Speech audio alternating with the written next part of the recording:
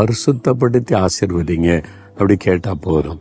உண்மையா நம்ம பரிசுத்தத்தை விரும்பி பாவத்தை குறித்த உணர்வோடு ஜெபித்தாலே அவரே நம்மை பரிசுத்தப்படுத்தி நமக்கு தேவையான அற்புதம் செய்தருவாராம்.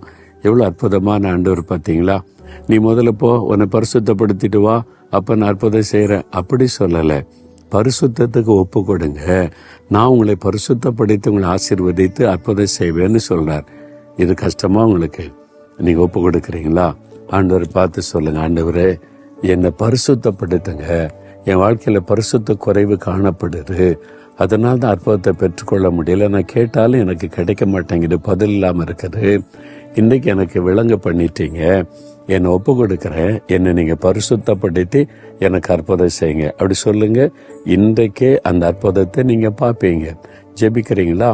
இயேசுவே, நீங்க தான் என்னை பரிசுத்தமாக்குகிற தேவன், என்னை நானே பரிசுத்தமாக்கி கொள்ள முடியலை, என் பாவத்தை ஒத்துக்கொள்ளுகிறேன், என் பரிசுத்த குறைவை அறிக்கையிடுகிறேன், தயவாக என்னை மன்னித்து என்னை பரிசுத்தப்படுத்தி எனக்கு இந்த காரியத்தில் அற்புதம் செய்யுங்க. இன்றைக்கு இந்த அற்புதம் நடக்கணும், இன்றைக்கு இந்த காரியத்தில் விடுதலை வேணும், இன்றைக்கு இந்த காரியத்தில் வழி திறக்கப்படணும். ஒரு அற்புதத்தை எதிர்பார்த்து என்னை ஒப்பு கொடுக்கிறேன், என்னை மன்னித்து பரிசுத்தப்படுத்தி அற்புதம் செய்யுங்க.